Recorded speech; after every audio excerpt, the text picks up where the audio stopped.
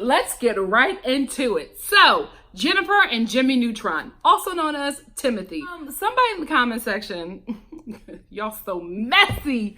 Y'all are so messy in them comments. So somebody done told me that Jimmy Neutron's secret, or the thing that he's hiding, is that he is a trans man. Because this is the thing, right? A part of me doesn't believe it, because I just feel like I don't think this will go over well. You know what I mean? I just don't know. I just don't think that we are there yet as a nation. Can we be real? For this to be properly discussed on a reality TV show that's messy like 90 Day Fiance. But then throughout this episode and the segments concerning Timothy and Jennifer, a lot of talk is about Timothy being feminine. I could never say that word. Feminine, and drawer.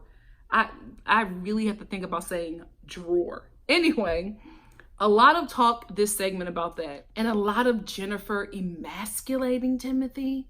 I'm just like, is this really where we're going with it? I hope not.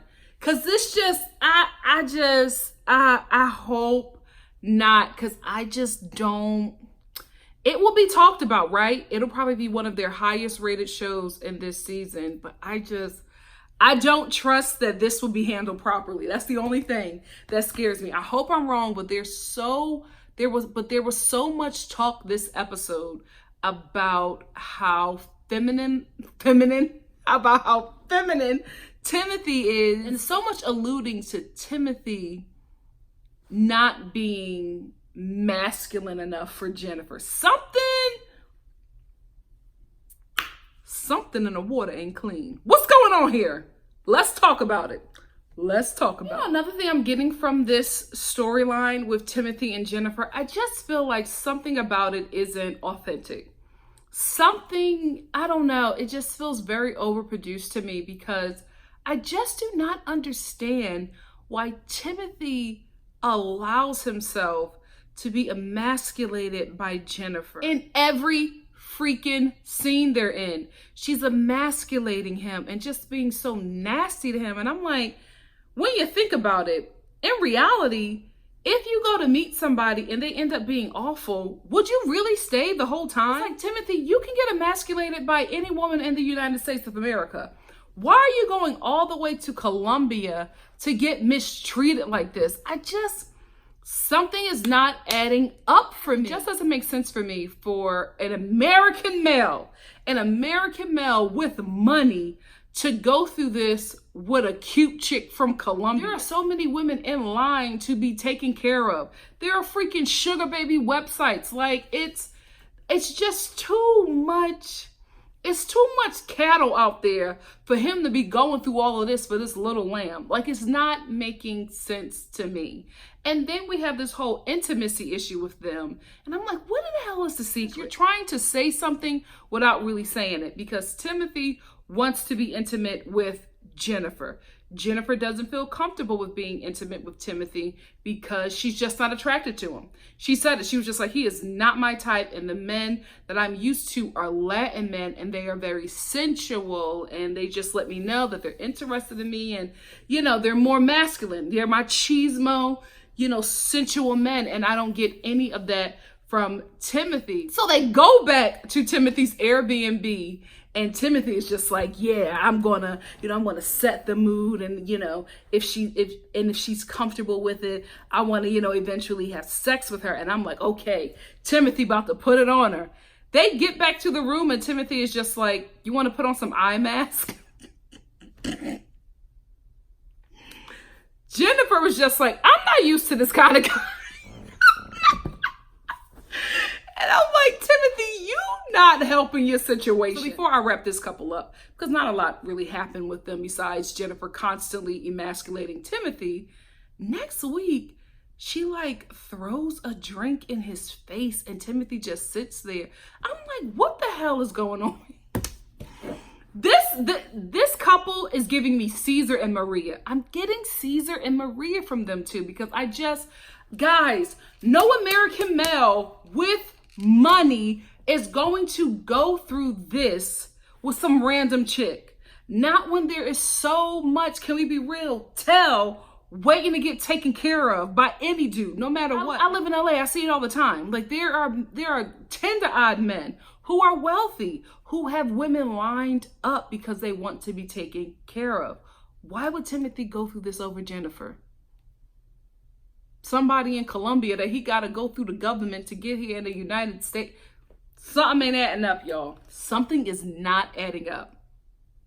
What do you think? Let's talk about it. So y'all know I love Omar, right? I feel bad for him a lot of times with Avery, because I don't get that she is fully committed into this thing. I think she's doing this, and I hope I'm wrong, you know what I mean? But I feel like she is doing this to shock her mother. I really do. I feel like this marriage and moving to Syria is another one of Avery's attention stunts, right? Having said that, she has every right to be mad at Omar. How do me and you, we sitting and we boo loving online or whatever, you're saying all these sweet things to me and you done got me all riled up, and now me and you are in a relationship and now we are engaged. I get here to Lebanon. We done talked about everything that everybody was supposed to do. I've done everything that I was supposed to do. My mother even used her credit card, where she probably not going to be able to pay off this freaking dress all the way over here in Lebanon. She probably going to do a stop payment on it when she probably going to get home and be like, that was a fraudulent charge. I ain't never been to Lebanon. Anyway, my mother is paying for this dress. They done paid for these plane tickets to get here in these hotel rooms or whatever. The show did that, but let's go along with the story. All you had to do was get a venue and a priest, and you didn't even do that? And then he didn't even know how to tell her. Like, she had to pull it out of him that he didn't do what was needed to be done. And she's upset because they have to get married within a certain time. And Omar is just really lackadaisical about it, dragging his feet. And I'm starting to think that Omar probably doesn't want this to happen. I think he is very, like I said before, I think he's very into Avery because she's an American white woman. And for a lot of foreign brown men, that is a prize, right? I think after he met her and after dealing with her mother and, you know, realizing that she is really American, that maybe she's going to be a difficult wife. And difficult for him in a sense where he's used to living less off of less things, you know what I mean? Like in America, can we be honest? We're capitalists, you know what I mean? Like we just want greedy, right? We want a lot, we grab a lot of things. To be quite honest with you, there are hardships in this nation, but there's also a lot of privileges that we have. And I think Omar is just like, I don't think this woman is going to be able to adjust to my life. She's probably going to be a headache that I don't want to take on. Because he was even saying it to her. He was just like, you know, where I live is different. There's not water. There's not light. So you're going to be able to deal with that. You know what I mean? I think he spent enough time with her and he realized that she is used to living a certain way. And he knows that he cannot provide that for her. And also she is a Muslim woman, but she's very outspoken. She's a Muslim American white woman. So she's talking a certain way. She is expecting certain things. And in a lot of ways, guys, when you see them together, Avery is leading out in the relationship. So I'm thinking that Omar is probably like, this is more than I bargained for. And I think he probably intentionally dragged his feet on everything because he probably, not saying that he didn't want it to happen. I think he just wanted a bit more time before he made such a permanent decision. What do you guys think? Because I was just like, Avery is really upset talking to Omar. He's just like, well, you know, I didn't get it. It's very hard. I can't make phone calls and I can't. I'm like, I don't think so. I think you had the venue. I think you had the priest. I think he met Avery and her mother and was just like, I don't think so. He got cold feet. That's what I think. What do you guys think? Let's talk about it. And also, can we talk about Avery's mama, like, making sure this happens? She shocked Omar and me, because I was like, wait, because Avery was like, they're not getting married. Omar was not trying to do anything to make it happen. Avery's mama starts, walking down the streets of Lebanon looking for a venue and a priest. And I get that she wants to be there for when her first child gets married, right? But a logical mama would be like, this is my window. This is a prime opportunity for you to let your daughter know that this isn't smart, because her husband didn't do what he said that he was going to do. This is starting to look like a disaster. Like, I would be talking to my kid, like, see, like, you don't really know this person. These things aren't working out. You might not be able to get married in enough time. Let's just go back home and then you see how you two really feel. Like, I would have been sabotaging that whole thing. But she really was making this happen. If Avery's mother did not intervene, Omar and Avery wouldn't be married or wouldn't be on their way to getting married. She made that happen. She went with them to find a temple. Is it called temple? You know what? Let me not be disrespectful, because I know there's some beef. What is it called? Mosque. Woo! Lord, I hope I ain't making offense, guys. I'm Christian. A mosque. A mosque. I'm also from Philadelphia. A mosque for them to get married in, and then went with them to meet a priest and probably get information on the priest. And Omar was doing the bare minimum. Avery's mama all of a sudden became David to Tara and started planning this freaking wedding. I'm like, what is happening here? And since we're here, let's talk about Avery's mama.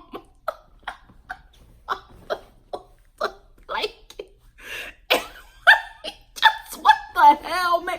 Like, she didn't even try to make it work. Like, she did not try to make it work. And somebody said on Twitter, that she looked like E.T. when the kids were trying to disguise E.T. and they just threw a blanket on E.T. Like, guys, what is it called?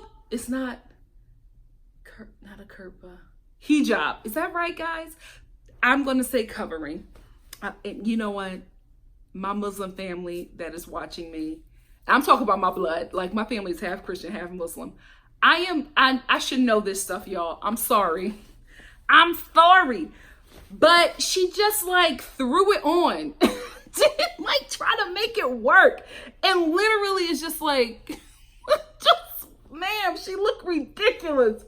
Like, what are you doing? I was trying to be serious and watch this whole process, but she had me rolling, because I'm like, ma'am, you could pull it down over your face. Listen, I hope I'm wrong about Avery, doing this stuff for outrage and attention. I really do want to be wrong about that, right? Here is why I think I'm right. Because in Avery's Confessional, when she's talking about her mother eventually finding out that she's moving to Syria, there was a little smirk there going on. And I'm not saying that Avery wants to intentionally hurt her mom. I think she wants to be wanted by her. I really do. I think she's going through the older child thing. Like I said before, I think her mom was really young when she had her, and she probably made a bunch of mistakes that she didn't make with her younger siblings, you know what I mean? And I think that this is her way of not only getting her mom's attention, but getting her mom's attention and focus in a way that she wanted from her when she was younger, and she probably could not have received that from her mom because she was too busy being the big sister. Her mother was too busy tending to much younger siblings. Because just listening to her talk about her mother finding out that she's moving to Syria, what kid would talk like that? You know what I mean? I would just be very nervous and afraid, and I would probably be crying because I know how my mom would feel. And Avery, she was eating it up. She doesn't want to hurt her mom, but she wants her mom to just be worried about her and just concerned and just hold her and baby it. Yeah, she's a kid. You know what I mean? She's a kid. And I think she's a kid that got in too deep. I'm very curious to see how this relationship is going to end this season. I'm really anticipating the reunion and the update, because I just feel like we will not have a happy ending with this couple If we do, it's going to be a lukewarm ending, and that's just because they're trying to get another season. Because I also get scammed. So another thing about my comment section for this show, more than enough of you was writing about Darcy and Tom, and a lot of people was just like, you know what? Although Tom is a scammer, at least he's a good scammer. Y'all are just like, we don't care that he's a scammer. He's good for you, Darcy. Don't mess this up. And guys, I have to agree. Like, it is very obvious that Tom is scamming. If you look at his Instagram, you can read all the reports on the internet. Like, Tom is a scammer. But he's a good guy, and I like him for Darcy. I like this couple together. They both have issues. I think they both like being on TV. They both like the fame. They both like, the finer things in life. I just don't think that they have those means, right? So they both have found a way to scam, but find some kind of love and relationship. And I'm not opposed to it because I like Darcy and I want Darcy to finally be happy. And I think that she could be happy and be properly treated like she needs to be in a guy like Tom, because they match each other in wanting the finer things in life, probably not really having it, or probably making sacrifices to, ghetto middle class sacrifices where it's just like, I'll use my tax return on a Gucci bodysuit when you really should be using it to feed your kids. You know what I mean? So I think that Tom does the same thing. I think he lies and manipulates people and, fakes like he has all of these things to get on yachts, to get in these posh parties and live this certain kind of life. So I think they're matched in that kind of way. But I also think that they both really, really care for each other. Now, Tom is scamming and he doesn't like Darcy, then he's damn good at it. He's damn good at it, because I am convinced that this man has an attraction to Darcy. I think his attraction to her is that, like I said, I feel like he can see a fellow scammer in her. And I also think that he is attracted to her being American. Because let me tell you something. I have come to find out that especially men from London love an American woman. Like any American woman, okay? Because, child, there are a lot, in my experience, there have been more than a couple British Jews trying to wipe the kid. Like, and it got to a point where it was just like, I kind of felt like a fetish. I felt like they liked the fact that not only was I American, but that I was Black American, and really liked that culture. I'm a Black woman, right? And I know when, especially when it's like a non-Black dude, like, you can tell when it's like a race fetish, right? I've never been like culturally fetish before. And I found that I've had that experience with just British men in general, where they've really been into me being American. It was very interesting. Very, very interesting. And I know I'm not the only one. American girls, let's get in these comment section and talk. You studied away at London, and you know how them British boys was coming up on you.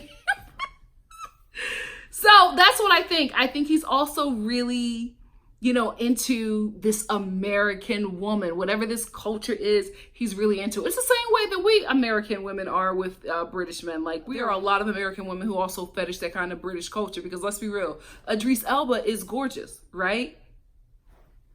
But that accent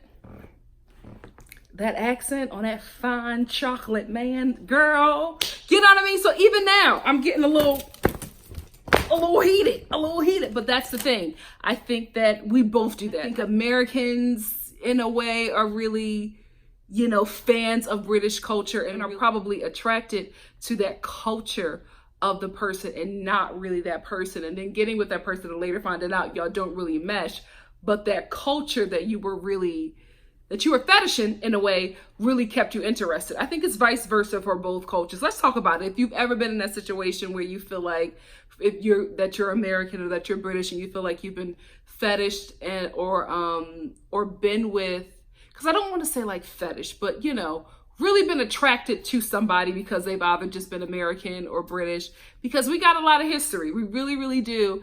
And so I can see that happening. It's happened to me. I understand it, right? So I think that's what's happening with the both of them. Darcy is into this English gentleman. You know what I mean? She's into Tom, but the fact that he's like this English gentleman, that's hot to her. And then Tom has this, you know, can we be real, this ratchet American woman. And that's a turn on for him. So I think that's what's happening with them two as well. I think they both have that same attraction. And I think they both have like this little scamming storyline. But I like them together, guys. I like them together. I don't want them to mess it up. I want this couple to work because I think that they can really take this relationship to the next level, not only as lovers, but as partners. I think if these two partner together, they can really be that reality TV show like star couple. I think that's what they both want. And I think if Darcy put down a liquor, it can happen. Because Tom is working on himself. He really, really is. He done lost that weight. You know what I mean? Like he's working to get into some circles. Watch his Instagram. Homeboy is putting in the work. He is really trying to be a reality TV star. And Darcy, he's a good guy. Put down a liquor and stop crying. Because Tom said something and I felt so bad for Darcy. I'm like, this man is saying to you, stop being so amazed by me treating you humanely. Like Tom compliments her or whatever, or takes her out on a date and treats her like a woman should be treated. And Darcy cries.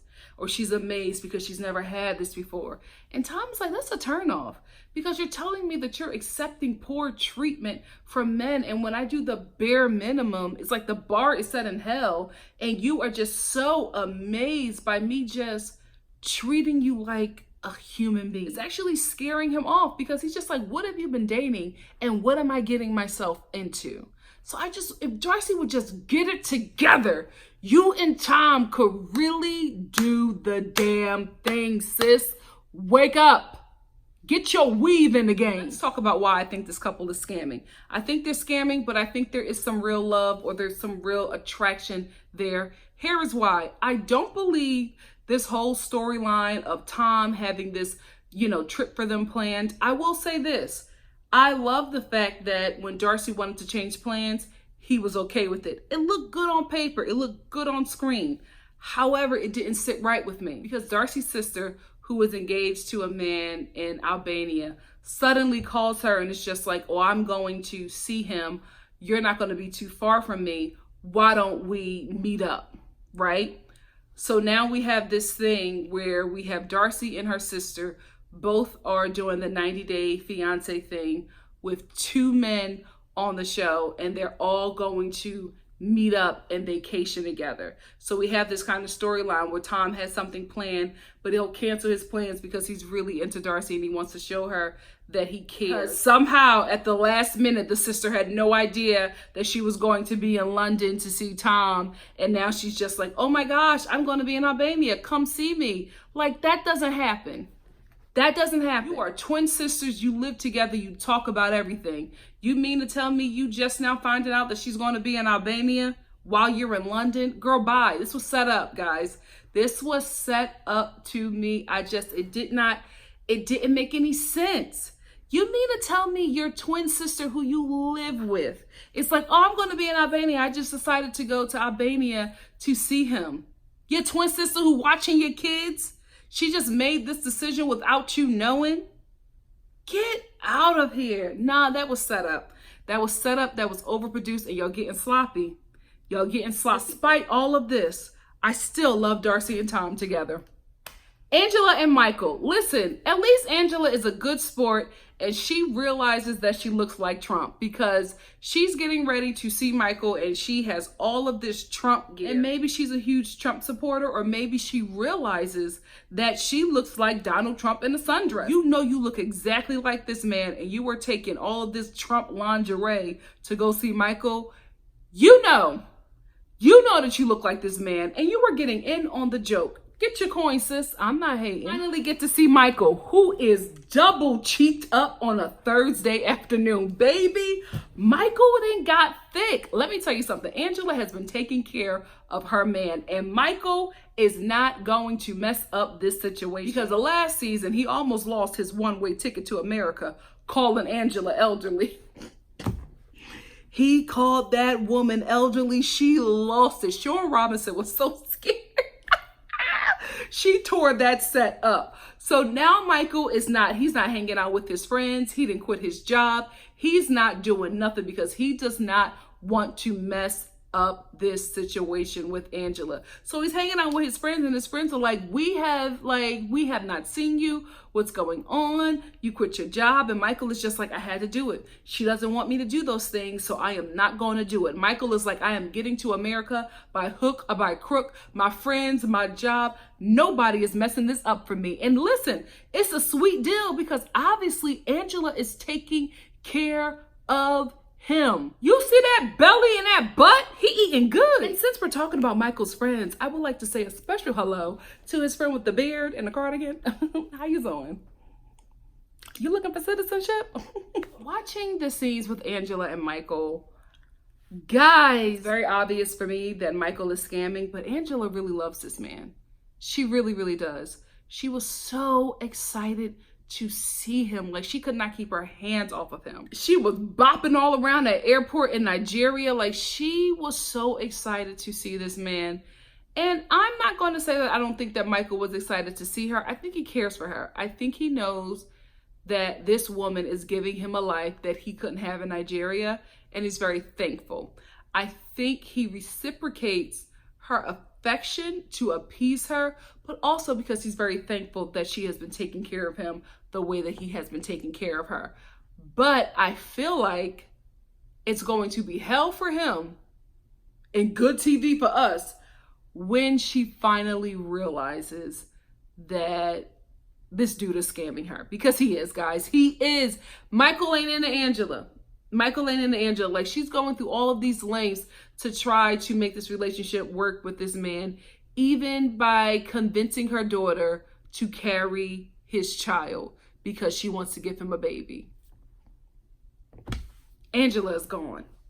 And Michael, if she ever finds out about this scam, brother, I'm afraid for you. I am afraid for you. And does anybody know what happened in the final scene with them? Were they getting carjacked? Because something happened where a guy jumped out and put spikes in front of their car. Were they getting carjacked? We're going to find out next week. But I was like, what is happening here? This bus really trying to jack this car on camera? Not much happened with Rebecca and Zied, but I will say this. I think this couple is cute. Like, I don't like certain things about it, but the fact that they absolutely dress alike, I'm like, how adorable. Do they know that they have the same body type and the same style? Is it like apparent to them that they are like literally the same person in body and style? This couple looks like they robbed a Torrid in their local mall.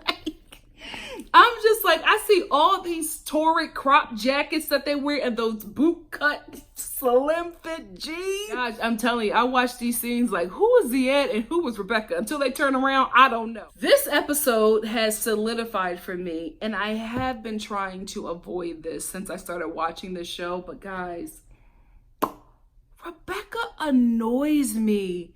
She's such a complainer. She just complains and whines about everything. And then she's a constant victim.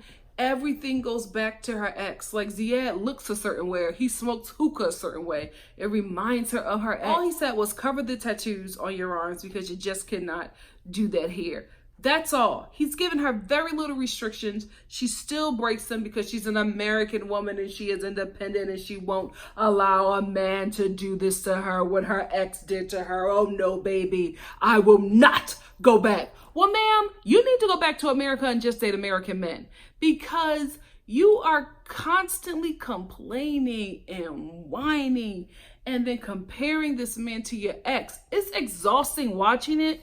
I could only imagine what he is going through just being in this situation with you. I'm so sick of hearing about this ex and all of the things that she could and could not do.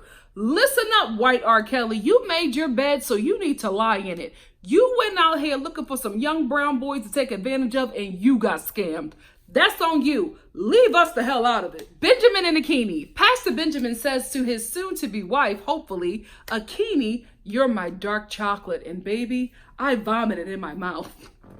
When Pastor Benjamin tries to be sexy, I can't take it. What is it? What the hell is that? You are a grown man. And yes, guys, I know that Akinyi does it, but she does it in a different way. She does it like, Get away from You know what? Non-black men, please don't ever say that to a black woman. Please. Like, that's one thing. To black women, do not, if you are a non-black man and you are interested in dating black women, or that's just what you do, right? That's your preference. That's what you like. I get it. I understand. Who could turn this down? Nobody. But listen, don't refer to our skin color with like food. It's uncomfortable. It is uncomfortable. Yes, you may have seen black men doing it because we like it from black men. Especially a fine black man with money. Like, it's a difference. Idris Elba can call me chocolate, okay? Flavor Flav can't. You know what I mean? There's a difference. But still, if you're not a brother, don't do it. It's uncomfortable. It's uncomfortable. Again, let me just tell my business. But I remember I was talking to this Caucasian male, and I was into him. You know what I mean? Like, we had great conversations. We had went on a date. We had a really fun time. And I remember when we were like boo loving on the phone, and we were falling asleep, crazy kids in love do. And we were both trying to get off or whatever. And I was like, I gotta go. He was like, all right, I gotta go, but I have to say this. I'm gonna miss your chubby chocolate cheeks. I hung up and I have never talked to that man. My chubby chocolate cheeks? You know what? I'm thinking about it now. Did I jump the gun? Because what cheeks was he talking about? Was he talking about my cakes? Oh man, maybe I jumped the gun. Let me see if he's on Twitter. You're my vanilla ice cream. Go ahead, Akinyi. Play along, sis. Play along. Secure the bag. And guys, I'm joking about the gold digger song. There was some man in the comments who was really upset. You're a gold digger. I'm like, this is obviously jokes. Like, I would never do anything like this. But again, I don't stop anybody bags. There's no judgment on this channel. Just comedy and fun little insight, right? But there was a dude who was real pissed, and I was like, oh my goodness. Did you get scammed by a black woman? Because you are heated. Team Pastor Benjamin on this one, right? Because not only does he book an Airbnb, he thinks that Akinyi is going to drop him off there, and then they're probably going to meet up and hang out with her family later. But I will say this, hold on. Pause, because I had to think about this, and I was thinking about this watching the show. I'm like, was Pastor Benjamin trying to get some coochie from Akinyi? Because he was like, I thought we were going to go to my place and spend some time together alone. And I'm like, man of the cloth, are you trying to get some coochie? Wait a minute. Anyway, Akinyi's like, oh no, we're not going to go to your place. You're going to stay with my brother. I was not okay with that because they didn't discuss that. You change everything when you see him, and it's not fair. I would have felt very uncomfortable. You have me staying with the stranger who was watching me and already is not sure about my intentions, because not only am I a stranger, I'm somebody white who your family got issues with. I would have said no, and he would have had every right to say no. I would not have stayed there. I don't know these people. You got me staying with these people. I don't know. I don't even know you. Like, what's going on here? So the fact that Pastor Benjamin went along with it, I was just like, all right, you're a good guy, because it wouldn't have been me. How dare you change my plans? I didn't spend my money or the show's money, but still, I thought I was going somewhere else. You change up everything when I see you and barely tell me why. And then he gets there and the brother, was the brother a pastor? Because the way he was talking to Benjamin, everything he said was like he was preaching. You need me to get to Akinyi. I'm like, he just met you. Why are you so like, I don't know. Is Akinyi's brother a preacher? Maybe that's why. Maybe, is that cultural or religious? Akinyi said that her brother has to approve him and has to watch him and make sure his intentions are pure. Now, they do that in America as well, but even if our father don't like you, we still gonna have that Scrubs baby. You know what I mean? It doesn't really matter like that, but is this cultural or religious? Because the brother gives me preacher. He really, really does. And I don't know if he was auditioning, you know, to be the next like prosperity preacher on TVN, because the way he was talking to Pastor Benjamin was just a little too extra. I'm like, what is going on? Is the whole family scamming? Where is Connie? Best friend Connie. I miss her. But that was pretty much it. That's the only thing that really happened with Benjamin and Akinyi. This was funny.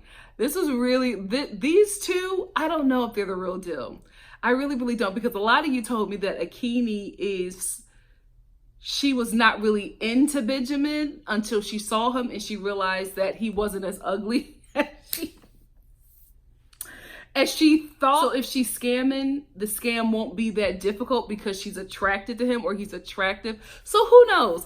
I don't know if she's scamming now. Just watching these two, I think like what her best friend Connie said, Akinyi is, you know, attracted to, you know, everything white, because for her, white means prosperity. So I think that she, you know, sought out a white man to be in a white American man to be in a relationship with, because from the movies and TV shows that she watches, she thinks that what she sees on TV and in movies is how it is for white Americans.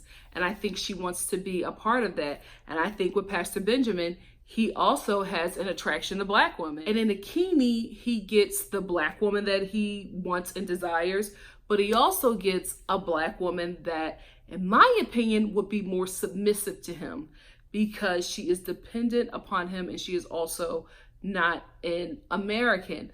Unlike his black American wife, who, can we be real, probably ran that household, and he even admitted stepped outside of the marriage. And you know what I mean? So I felt like, you know, that sister was running him and that household. But I think with a woman like Akinyi, Benjamin can have everything he wants. Not only does he have a black wife, he has a black submissive wife. So I think for the both of them, this will be a marriage of convenience. I think each partner checks off a certain box, a very important box that each partner wants. So I don't know if this is a scam or if this is two people who found in each other what they want. I don't know if it's love yet, but I think this could work. I think this could work. I'm not yet approving this relationship because I do not know how old Benjamin is and how old Akinyi is. Akinyi reads mature, but like mature teen to me. How old is she? Is Akinyi in her 20s and is Benjamin in his 30s? That wouldn't be a problem to me if Akinyi is like 28 and Benjamin is like 32. But if Akinyi is 18 and Benjamin is in his 30s, I'm not okay with that. I should have checked those ages, but I just started thinking about what was making me uncomfortable with this couple. And I think it's the age gap that I'm assuming. I hope I'm wrong. I hope it's not an age gap. I hope, you know, they are within the same age range. If they are, I'm all for it. I'm all for it because I think these two, they both get out of the relationship what they want. And that's not a bad thing. A lot of marriages or whatever are marriages of convenience. Very rarely is it about love. Can we be real? Anyway, that's where it ends for me. What did you think about this episode? I thought it was a cool episode. I didn't have any issues with it. It did feel like a filler episode to me because next week is going to be very juicy. So that's the one I'm really interested in. But this one was cool. I had fun watching it and reviewing it. What did you guys think of it? Let's talk about it in the comment section below. And if you like what you see here, please like, comment, subscribe, and share. And I will see you very soon for The Bachelor in Paradise. I'm working on both of those reviews in a few hours. I want to get this up to you guys as soon as I can, but look out for that later in the day as well. Love you guys. Talk to you soon. Bye.